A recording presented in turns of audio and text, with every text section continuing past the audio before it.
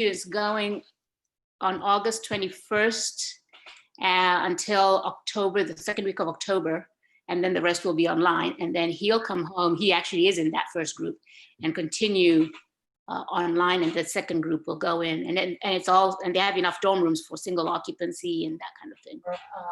They have half the students go. Yeah. Well, good. I know he's excited. I think he is. I think he is. A little apprehensive, but excited. Sure. Yeah. Where is that school? I didn't catch the name of it.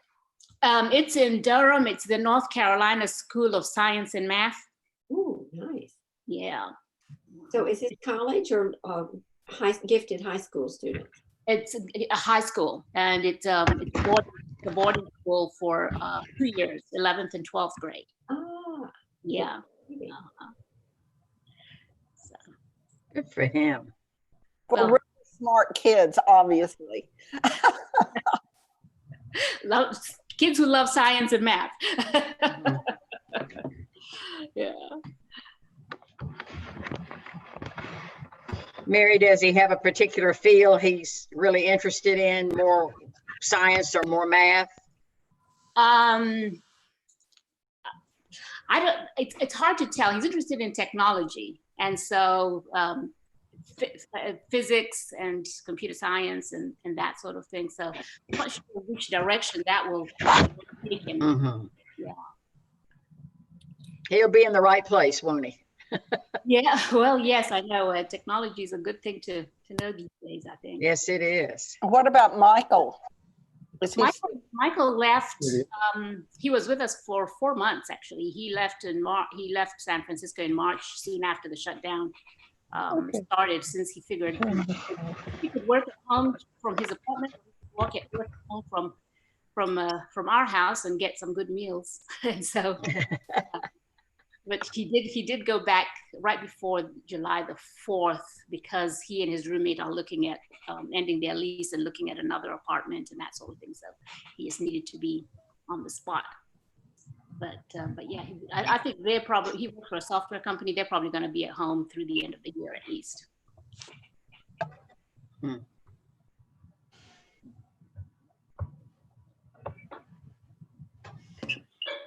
Good morning, everyone. This is Hunter. Good morning, Hunter. Good morning, Hunter. Everyone. Hi, Hunter. Good morning. Good morning.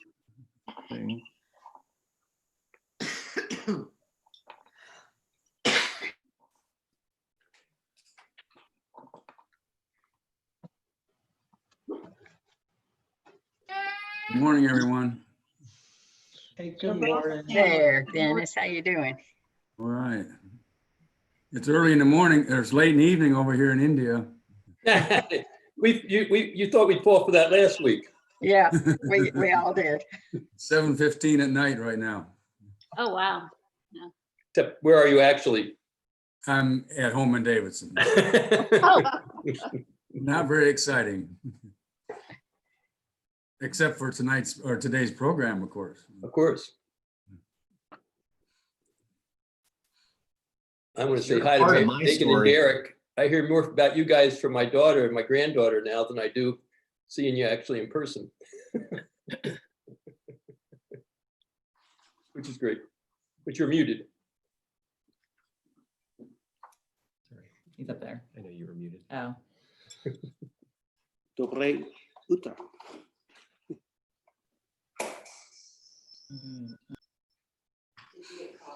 Who's our youngest member over there? The Rosses. This is Jackson. He's almost 10 months. And then we have our other two just kind of running around in the background. Hello there. Come over here. Come over here, say hi. There we go. Here's Oh, two girls. All right. wow. Go dogs! And two We dogs. like. All right, guys. I'll Hold get this on speakerphone here in a minute. Hold up. Squishy. You say good morning. You're the product squishy. See, John, I told you, man. There's that influence, Exactly. That's what we like. that influence you've got. All right, we're gonna mute again.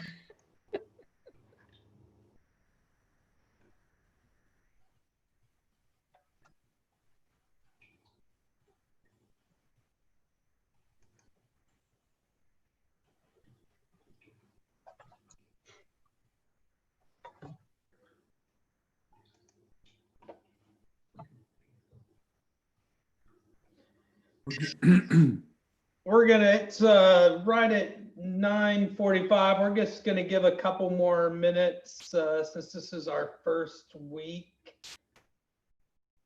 We still got some people coming on, it looks like. Yeah. Thanks again for putting us first there, John. I really appreciate this. There's nowhere to go but up. Really high, you know. Nowhere to go but up. You I'm going know- to keep it short and sweet like a diaconate meeting. The rest of us really appreciate the Rosses, I legs. already can see we're trembling a little bit since they're having to follow you. So taking notes.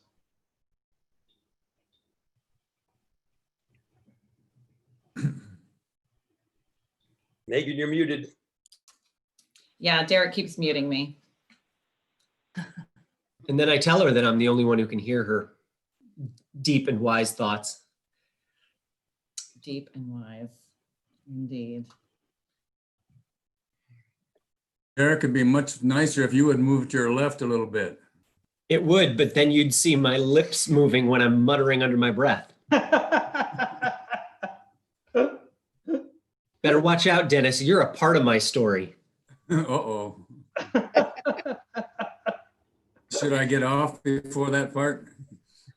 Oh, no. You'll see. Pretend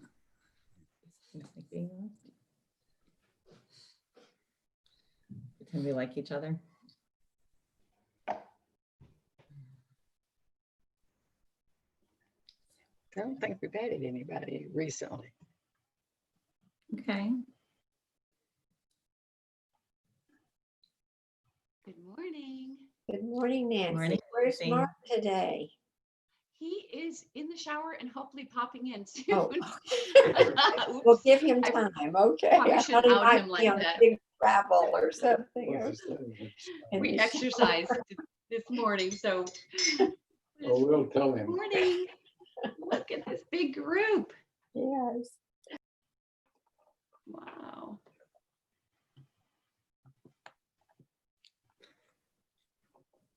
Mary's here doing reconnaissance, so you'll know what to expect. Exactly.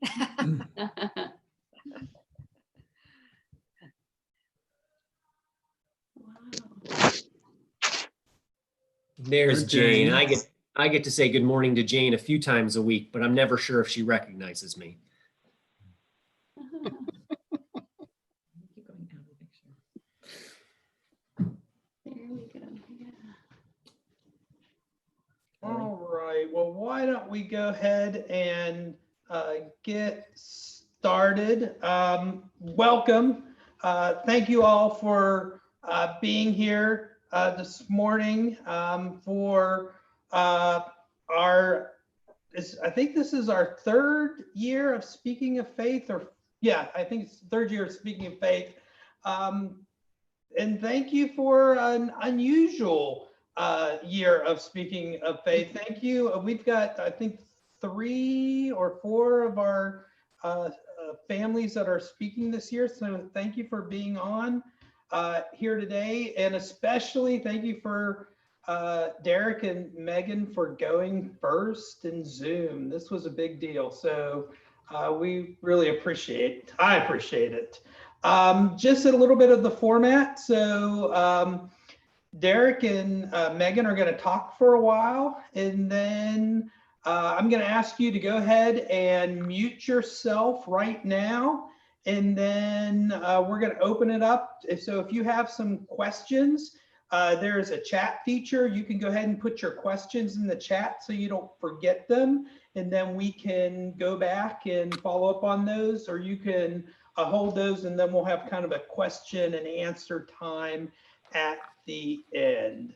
But speaking today, I'm going to go ahead and pop into speaker view. Derek and Megan, if you go ahead and say hey so you can get onto the screen.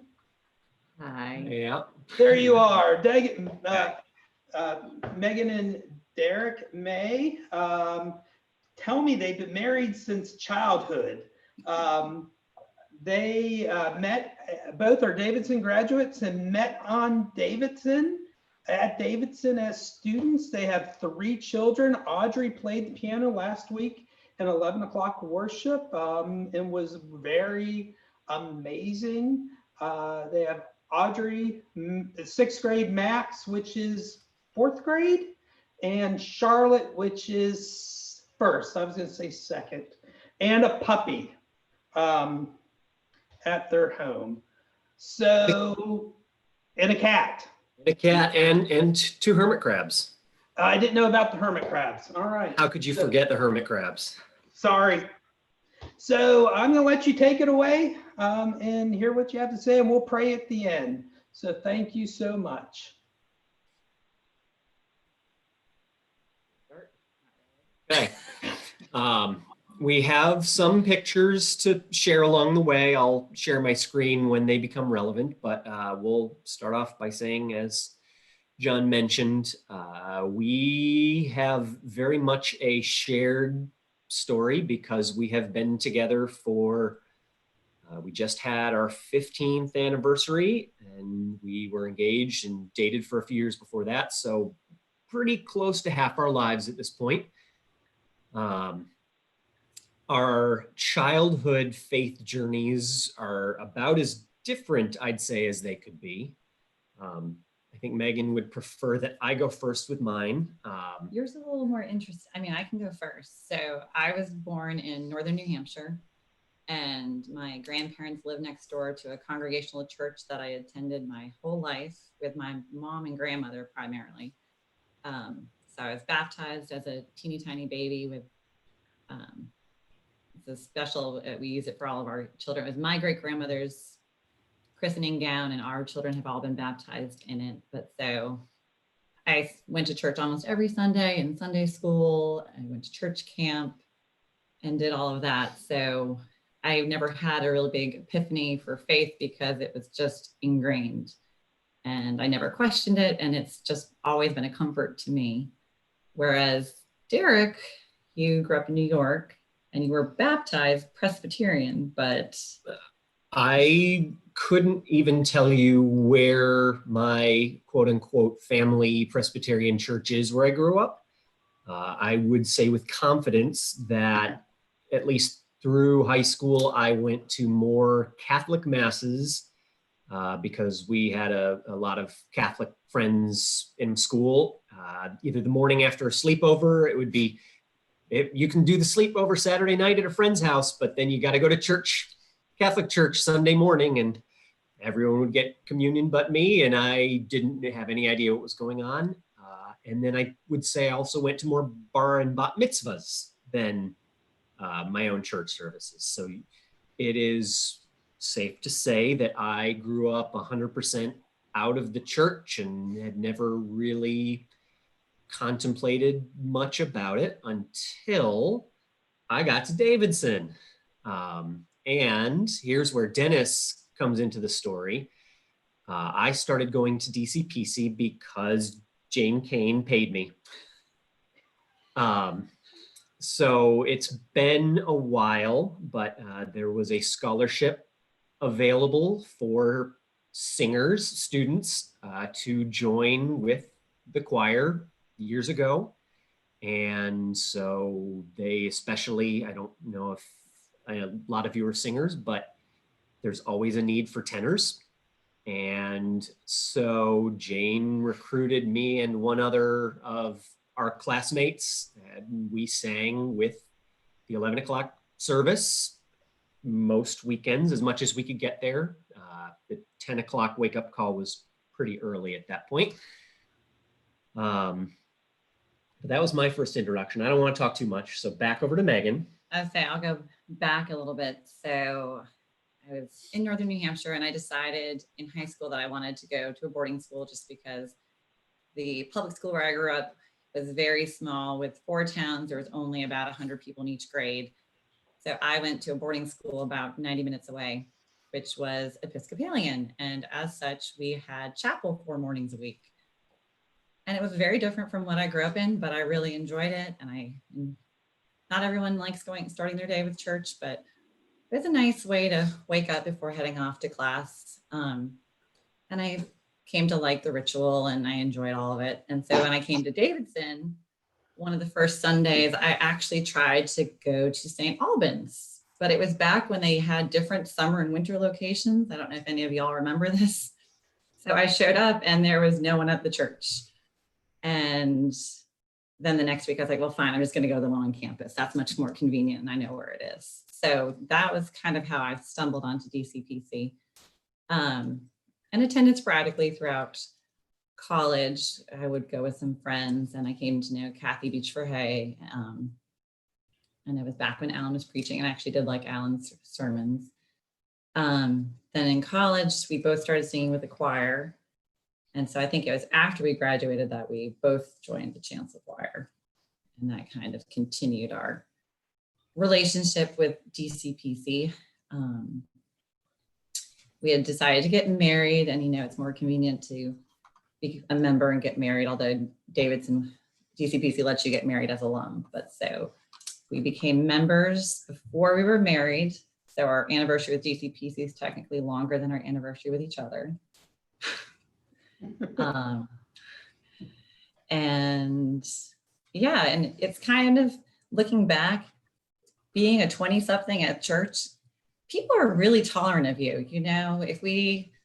Everyone was very excited whenever we showed up, because there aren't a lot of 20-somethings singing in the choir, but we enjoyed it. Although we did end up switching from the chancel choir to the 8:30 choir, because as we grew up and had a house and a yard, Derek didn't like how the 11 o'clock disrupted his day.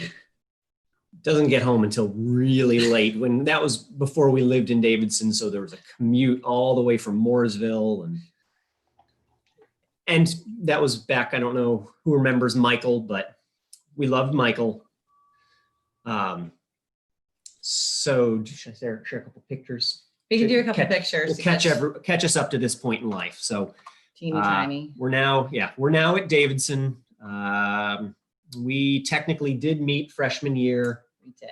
And started dating junior year. And then, let's see. Here, we'll share a couple quick pictures to break up us rambling. Oh. So to the best of our knowledge, that is the first picture of us together, and we look approximately 12, which isn't far off of the truth. The baptismal gown, Megan mentioned that all three of our kids have been baptized in at DCPC. And senior year. It would be safe to say we are dating at this point. So looping back, I guess, more on topic for today is, so since I've mentioned that I grew up outside of the church and I'm now attending DCPC because they're paying me to. So as that regards to faith, I had never really explored much. I think I probably would have labeled myself a Christian, although not practicing. I personally, my relationship with God has always been more of the introspective variety. I know one of the things that is mentioned in the guide that John gave us is, what are your hobbies? What do you do outside of work, family, church? And everything I've ever done in my life involves me trying to be by myself. So that has always been bicycling. More recently, it's running, it's going out in the woods, hiking, skiing, motorcycles. Everything has always been by myself. And that, I think the consistent part for me is always, that's when I can be alone with my thoughts. And John, close your ears, but I probably don't pray as much discreetly as I feel I should, but I spend a lot of time just alone with my thoughts. And looping it back to my relationship with music, that's where I've had the most spiritual experiences of my life, are either when I'm by myself in the middle of nowhere, or as the musicians among you may know, it doesn't happen often, but every once in a while, you just get that perfect moment or song or piece where everything just fits together and you say, this is why I do it. This is the bigger picture that I'm a part of. And it's more than me, it's why we're here. Let's see, how does that transition? So Megan and I, we started singing together, and I think that's just how we come at it from different perspectives, where also you might be able, Derek's much more introverted, I'm more extroverted. And it's, again, probably how we grew up is that I was used to going to church and attending, and I find so much comfort and feel the presence when I'm in church, in the community, surrounded by people. And when that's missing, I can tell that there's a hole that needs to be filled, and would find that, you know, again, which is why sometimes as a college student, I'm like, I really just need to go. I need to be grounded. I need to be around other people who believe the same things, who love God, who love me, even though I don't know them. And just, so as we were talking about this, I'm definitely the catalyst for why we are in the pews most often. Even though we are both faithful and we feel it's important. But we would definitely say we are not people who really talk a lot about our faith. It's part of who we are and part of how we live, but not something that we are very evangelical about. Which brings us to kids. Yeah, we have a few of them. So we'll get to some of the kid highlights in a minute, but for me, at this point in my life and growing up outside of the church, it is more important for me to go now because I, in hindsight, missed that. I didn't grow up with that sense of connection to much outside of the secular world and friends and family and teenage stuff. I want my kids to have a spiritual grounding, and whether they choose to stay on as a Presbyterian or not, they can get to that later. But for example, Audrey last weekend, the greatest joy in my heart is seeing how much she gets from, now that she's old enough, the sermons. 100% we know that she feels the presence of God in music, and she wants to go to church. Max and Charlotte, well, they're younger, so maybe it'll come, but Audrey, it's really resonated with, and that fills me.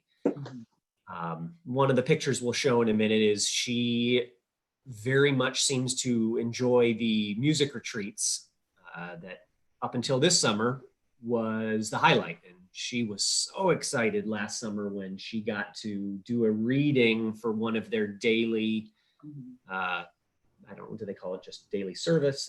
I don't remember, but seeing how much fulfillment she gets from faith, spirituality, being a part of the church. Yes, I mean, I often wonder if she will end up in the ministry. We attended, John, your installation, and she had tears in her eyes during the laying on of hands. I think it was the first time she had really clued into what it was. And I understand exactly where she's coming from, because I think that is probably one of the most meaningful things that happens in church. And I usually tear up watching it. And then when I got to be a part of it, when I became a deacon, it's an incredible experience. So, but yeah, she just looked up at me and she's like, Mommy, I can feel God. I'm like, I know, honey, it's a really special moment. We often wonder if maybe some of Audrey's musicality in the church come from, so again, we're jumping around, but we got married and then we had Audrey, and Michael was so gracious. Well, he also didn't want to lose his tenor, so he would let us bring Audrey to choir rehearsal. at first she was just in my lap, kind of like Jackson was, but then she started roaming the choir room a little bit more. And then she would wander over to the piano where Michael Rowland was, and she would start plunking notes. And Michael would just direct her to a note that was in the right chord. So During rehearsal, During while he's rehearsal. trying to lead everybody else practicing and learning the song. Yeah, just sitting there having a 2-year-old bang on your piano while you're trying to play accompaniment. Bless his heart. We need to follow up with him because I haven't talked to him in a while. But yes, between Michael and Jane and people like Dennis, Dave Grant, you guys, you all, those are a big part of the reason that I would say I'm still in Davidson now. It's beyond the faith. It's giving me a church home. It's making us a part of our family. And neither of us ever really considered ever going back to our familial homes after college, because at this point we had put down roots with faculty, staff, professors. Megan didn't mention this, but she worked for Kathy Beach Verhey for 3 years after graduation as their nanny. So we always will have a bit of a special connection there with Kathy and Tim, and not so much all the kids, but especially Ryan. Just one more thing connecting us to the community. Picture break? sure, to a picture break. And I think, again, we had children and wanted to make sure that the children had the foundation, we became more involved, and all of our, where are you going? Oh, that was graduation. You keep talking. Well, I was going to say, my big joke is both Audrey and Charlotte got to be baby Jesus in the White Gift pageant. So my joke is that I birthed 2 saviors. Max did not get to be baby Jesus because he was born in May, so he was too big. We had a graduation inside Baker. Oh, that was our wedding. Dennis is there somewhere. With all the There, I see there's Larry Kane is in the front third from the left. Jane, I think, would probably be the lovely short woman next to him. I can't see because that's a tiny little picture, but yes, besides having all of our kids baptized, we got married at DCPC. We're townies now, officially. Let's see, I just tried doing a timeline. Oh, there's baby Audrey. So there's baptism 1 in what is probably now Peter's office. I forget, it was Lib's office. Now this is Harriet's office. Now it's Harriet's office. I don't know how many of you all remember Kathy. And we keep getting more babies. Babies. There's baby Max and Robert. And so that was probably one of the ways I became a lot more involved in the church, as I was asked to be on the associate pastor nominating committee, and was pregnant with Max while we found Robert and called Robert. And again, just so much of, I think, our faith is tied to the connections and the people. After Max was born, we received a delightful card in the mail from Robert and Jenny. And I just looked at Derek and said, who are Robert and Jenny? And it took us a while to realize it was the pastor who we had called, but they weren't yet up here. And it was just. He sent a preemptive strike letter. He did. And so Max was Robert's first baptism at DCPC. And then that's our last one. There's baby Charlotte. So I think even though Derek may not spend a lot of time in prayer, I think I can say that I've definitely prayed the most since having children, because all of my concerns for them and their well-being, and just feeling that I need all the help I can get. Oh, and there's Charlotte as baby Jesus. Baby Jesus number 2. Baby Jesus number 2. Look how sweet she is. Oh. So then this is the other thing that DCPC specifically has brought us is the young lady on the left was our DCPC adopted student from 2000, let's see, when Max was, so 2011, we got paired up with DCPC because she was looking for The adopted student. the adopted student family, specifically with young kids and a dog. So we got paired up with her, and this picture, she met us the first time at Max's baptism. So that's 2011. This is a picture of her holding Charlotte. She has since graduated and is now in the final process of. She has her PhD. Oh, she's got her PhD. And just went to her wedding. And her younger sister has now since come through Davidson, and we have been able to maintain that relationship so much that since her younger sister Katie just graduated here into this odd 2020, so she ended up staying with us for a while at the end of the semester when the college had to shut down campus, but they're from New Jersey and weren't allowed to go anywhere because that is when New York and New Jersey was not in good shape as far as COVID was concerned. But so our families are now inextricably linked because of DCPC Church. And they are just big sisters to our kids at this point. Should I go backwards for any of those other pictures? I mean, Easter, which. Oh, yes, this was the Easter where, again, we are grateful for the support of our faith community since. When we made the Today Show at DCPC. And Charlotte went viral, as she will tell everyone. Never mind. Anyway, so Charlotte was the one who was dancing during the benediction for Easter last Sunday. And it was very sweet because she does listen to what's going on, as we learned since, there it is. She'd been waiting all day. Yeah.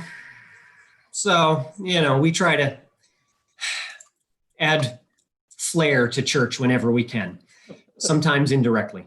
But it really was sweet because she'd been waiting, because earlier that year, Pastor Robert had talked about how we were putting away the Hallelujahs, and she was waiting for that song, and she just really couldn't contain herself. And then again, the other ones get mad. So we didn't stop her because she is also a very opinionated child. And I was afraid stopping her from dancing would be more disruptive than just allowing her to dance. If any of you have ever had a screamer child, she's our screamer. So sorry about that to everyone who's ever been on the receiving end. But yeah, so I don't feel as though we've had any major epiphanies or moments of faith. For me, it really has just been the foundation was laid. It's continued finding a great community of fellow believers and people who have the same values and a good theology. I was going to say,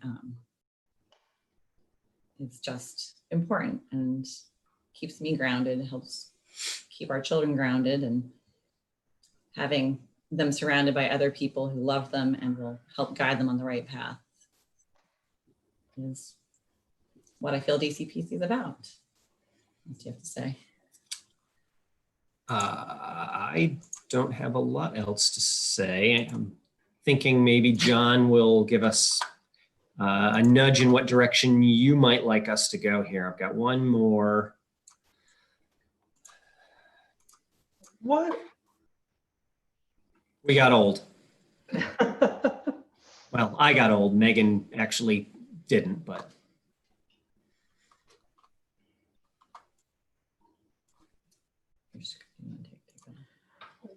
Oh, that was VBS. Megan brings a lot more to the church than I do. I just try to herd the kids. Yeah, I think you sometimes sell yourself short, Derek, because I see you every week. Well, I don't see you every week now, but I see you, often in the hallway when you're a greeter. I see you often sitting, participating. So I don't want you to sell yourself short on your participation and being active in the life of the church.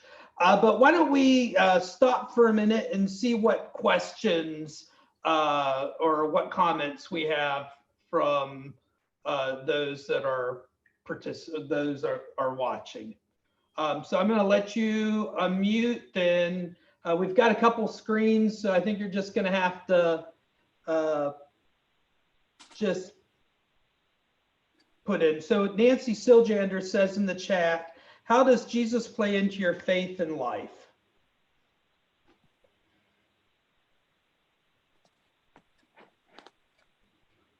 You can go first.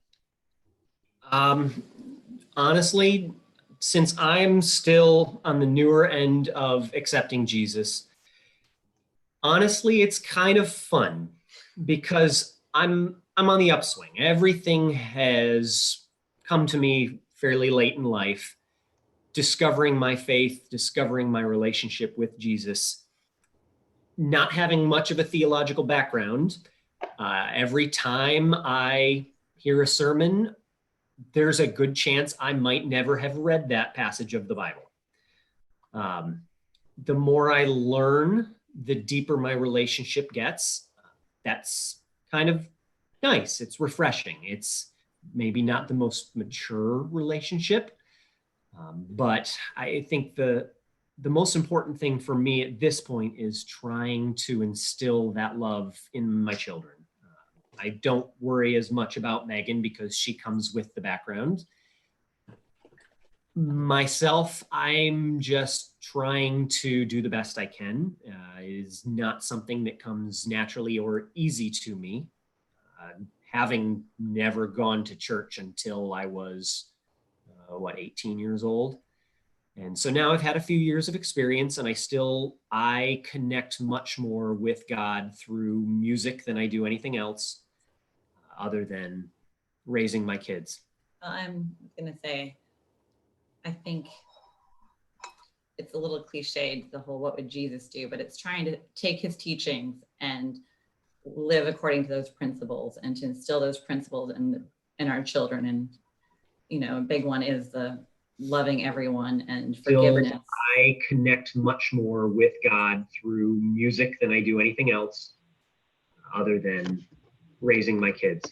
I'm going to say, I think it's a little cliched, the whole what would Jesus do, but it's trying to take his teachings and live according to those principles and to instill those principles in children. And, a big one is the loving.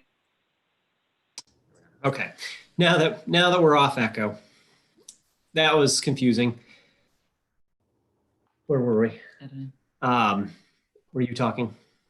Well, I was just trying to answer Nancy's question. Yeah, I think right now a lot is where I feel very focused on the children and also focused on ourselves. It's been about a year since I lost my mother. So I've had a lot of talks with God. Just, was I ready? No, but she was very faithful. And I know. So I have to trust that where she is better. Megan's mom was, I would say, the most faithful person I have ever known in my life. She got really, really excited when she would come down to visit us and to get to take the kids. And I think it makes her extremely happy to this day that we are still trying to raise our family under the light of Jesus. And she'd be proud.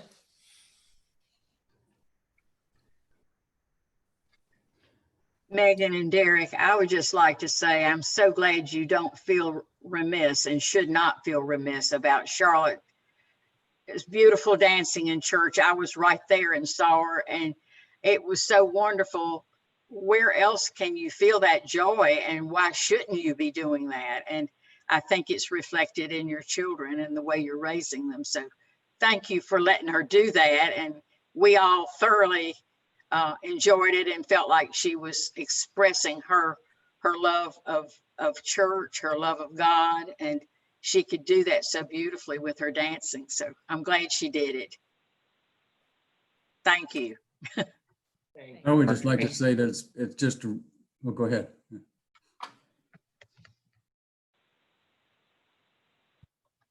So is there a question? No, I was going to make a comment that I've been so joyous and happy to have been associated with Megan and Derek all these years. Derek and I were both in the Geneva Choir and the Chancel Choir together.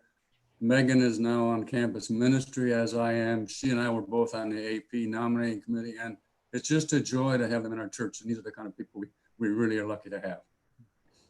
Thank you.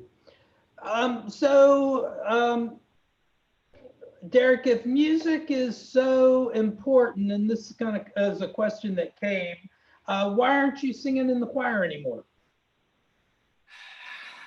Derek also doesn't like commitments. Well, for a while it was frankly children. And they keep us very busy, and Thursday night for 2 hours is a big ask with running everyone around. So we've talked that as they're getting older, perhaps you would return or we would return. For a while, the tenor section would love to have you. The tenor section would love to have you. I can assure you. It's on the radar. It's one of those we talked, and we're just now, the oldest is 11. Almost 12. Almost 12. So before it was a question of, well, does just one of us go? And then the other stays home with the kids, which wasn't entirely fair since Megan was doing primary child rearing duties while I was off to work for Charlotte for a lot of years in Charlotte. And then I would like it more if we both went, but then to get a babysitter for those 2 or 3 hours every week so that you can stand on opposite sides of the room and sing at each other. That just wasn't conducive. And now, to be honest, so I think I briefly flashed through a couple of pictures there, but I run what might be deemed an unhealthy amount, like physical running. And typically I do my long runs on Sundays. So that doesn't always mean that I then want to get back and showered in order to then go and add my voice to God every Sunday as a commitment. So I don't, and I need to. I'm sorry, I'm not perfect. So we have another question for you.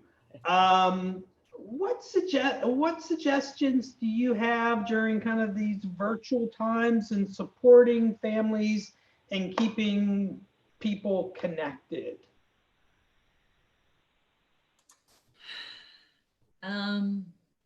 I know back during the school year, again, our most faithful child, she really enjoyed the Zoom calls that you and Jenny were doing, John. That helped keep her connected. Otherwise, it's been a struggle.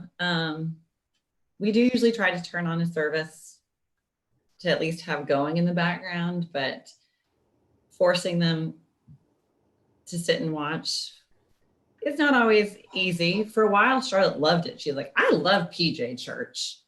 She's like, I don't ever want to go back. Why would I go to church if I can just sit here in my pajamas? But I think as it's gone on, everyone's really missing the connection. So it is getting harder to. As an introvert, I don't miss the connection as much.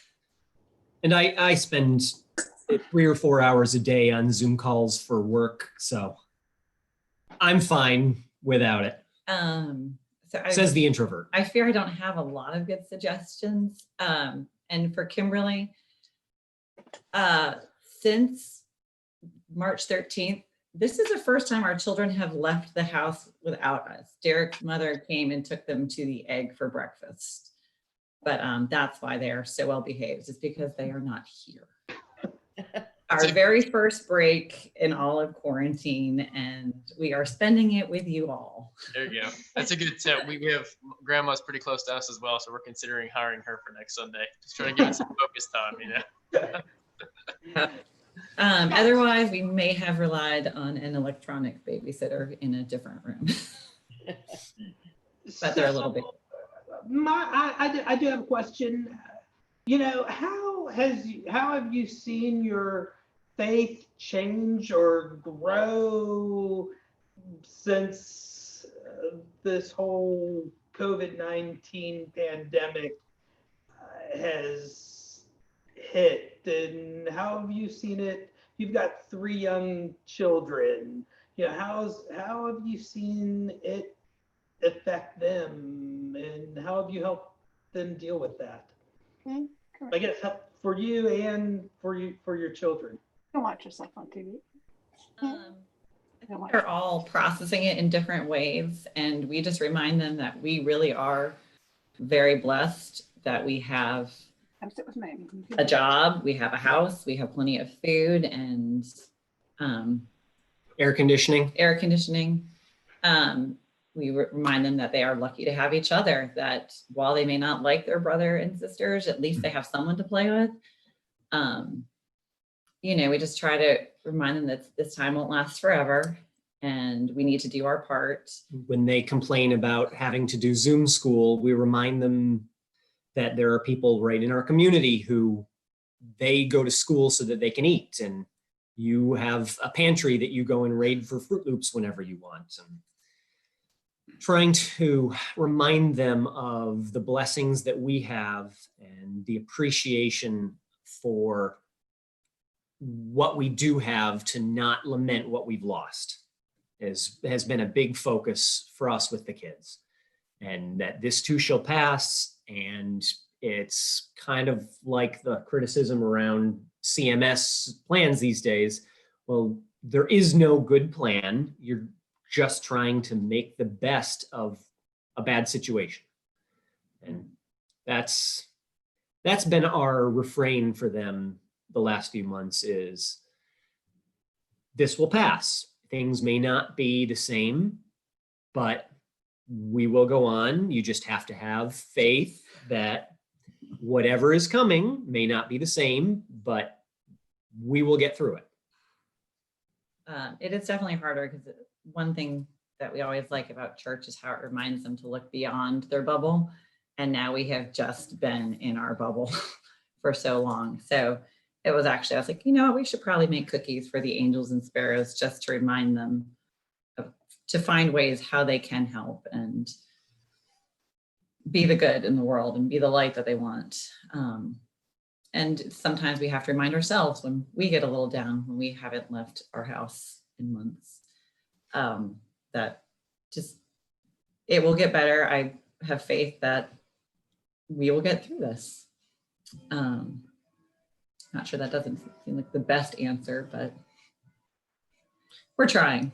Needless to say, we have not, and maybe this is the kid situation again. I've seen some of our childless and or empty nest people complain about the boredom of being stuck at home. There's been no boredom here. I feel like I'm having to work more and leave the house less. And so it's not felt like we've had extra free time. Yeah. Getting through lessons. And one of the silly things that we have done is we try to do Fun Friday to help the kids just get through, to come up with something during the week. And honestly, sometimes it is as simple as going and getting donuts or packing a lunch and going to campus for a picnic. Just something to change up our week. I have noticed, I'm trying to answer Kimberly's question, just getting through quarantine and lessons and learning.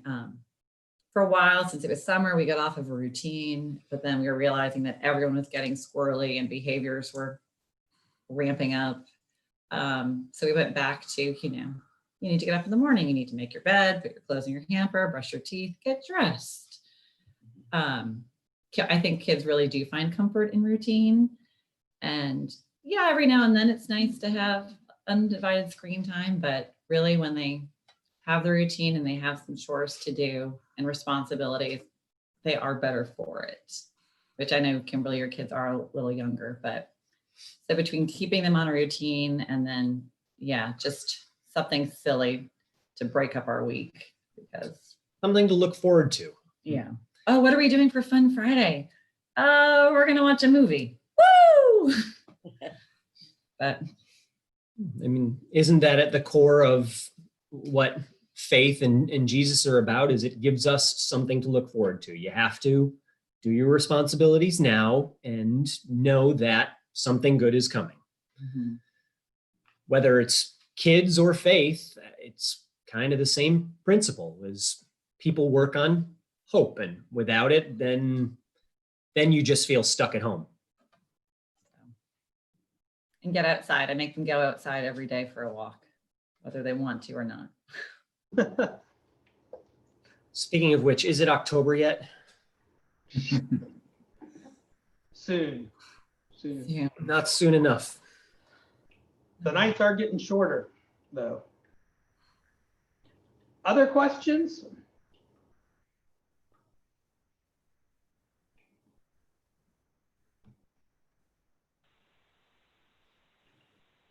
What would you say? I'll ask one last question and then let people get ready to go to church. What was the biggest surprise that you each learned about yourself in this exercise? In preparing, just for people, everybody that does this, I send them several documents to help them kind of reflect back on their faith and kind of look at where God was present, maybe not present. And what was surprising in this exercise for you? Honestly, for me, one of the pages that you had done was kind of the transitions, or where did you either explore or question your faith? And I kept going back to a couple stories that I didn't share on here because it was frankly kind of a downer. But the biggest thing when we were transitioning from our individual lives to our together life was I kept coming back to the growing sense of mortality. Is I had a stretch of a few years kind of in that same point of time when we met, when my hall counselor at Davidson, my freshman year, died in a kayaking accident. I lost all three of my remaining grandparents over a couple years span. I lost a couple of motorcycle friends to motorcycle accidents. And so, these are 20 and 30-year-old guys and going to their funeral. And that stretch of time, that was a bit much for somebody who was still fairly new in my faith journey. And I don't know, looking back, if I really got an answer if that strengthened or weakened my faith, but it made me look at, well, what do I want to believe? How sure am I of God's love, how it plays out in my life, and why do I go to church? And for me, the church keeps coming back to, how do I fit into something bigger than myself? Megan will probably agree to this, but I'm a fairly selfish, introspective person. And so I need a nudge to look beyond my own right in front of me. And having people like Dennis in my life has strengthened my faith that I want to be around people like that will help me grow and nurture and deepen my relationship with God. Your turn. I had sort of had to do this a couple years ago when I joined the diaconate, when I had to prepare a statement of faith to present to the session. And this one was actually easier than that one, because when I prepared my statement for the session, I felt as though I was just rewording statement, that other people had done. So we had chosen to use the traditional vows because otherwise we felt as though we were just paraphrasing them. And that's kind of how I felt making a statement of faith. Whereas this one was a little more interesting to look at it over the course of our life. And we kind of glossed over some of the darker times. Like before we had Audrey, we actually struggled for a while to have a baby. And there was a lot of time questioning God. Like, if we want a baby, why can't we have one? We're praying for this. We want this. And then it didn't happen. And it didn't happen. And then we got pregnant. And then we lost the baby. And there's definitely questions there. And you're like, why would you do this to me? And then a few months later, we got pregnant and then carried to term, and it was Audrey. And looking back, someone goes, but can you imagine if that first one had happened, Audrey wouldn't be here. So again, it's that faith that he knows what he's doing. She knows what she's doing, that it all happens for a reason. And even in the dark times, I mean, we still believed, but it was a little bit of the, I'm praying, why won't you give me what I want? Trials of Job. It wasn't really a trial of Job. It was pretty minute compared to what Job went through. But so yeah, it's very interesting to really stop and look, because I do feel as though I've been pretty even with my faith throughout my life, but there are definitely some ebbs and flows to it. So I don't know if that really answers the question, and we didn't really talk about the major historical events. Probably the big one for both of us would have been 9/11, but we didn't really address that. We were children. One question. Do you all read the Bible together as a family? We frequently will. I was going to say, Charlotte pulls hers out a lot and asks for that for her bedtime story. Individually, the kids have all taken their turns of wanting to have it read to them. And Audrey, I think, may spend some time by herself. Yeah, Max's is on his bedside table, but I'm not sure. But no, we do not. That's why we take them to John. Full honesty and transparency here. No. Well, it is nearly time to go. Any last thoughts? You got a nice, make sure you read that nice chat from Julie Pepper there. She gives you double points. Thanks, Julie. I'm a very talkative introvert. You just have to force me into it. There you go. I just want to thank you both for doing that. It was really courageous of you both to do it, number one. And number two, really helpful for us to hear your story. So thanks for doing it. Before we close, hey, Mark Siljander, will you close us in prayer? In a second, I just want to give you a heads up. Okay, thank you. So Derek and Megan, thank you so much for saying yes and being on Zoom. Yeah, everybody, yes, thank you so much.